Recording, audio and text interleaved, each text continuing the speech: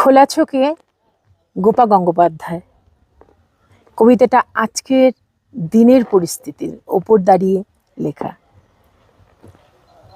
শোক নয়, ক্ষমা নয়, যত হোক শকুনের উল্লাস, হই দাবানল, বারুদের গন্ধ পোড়ানো দাবানল। বন্দুকে ঝাঁঝরা শরীর পড়ে চিতা কাঠে, আগুন পুড়িয়েছে আমার ঘর, তুলসীতলা, আমার চণ্ডী মণ্ডপ, সেথের সিঁদুর, বারংবার পুনঃ পুনঃ তবু সহনশীলতা দেখায় ভীরু কাপুরুষের মতো। অনেক দিয়েছে, আর কত? হৃদয়ে আজ কঠিন গৈরিক আভূষণে সেজে উঠুক নির্ভীক সন্ন্যাসীর মতো।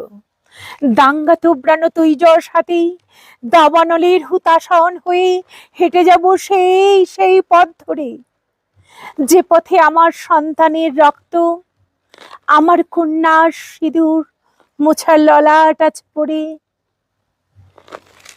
যে পথে মায়ের অশ্রুজল,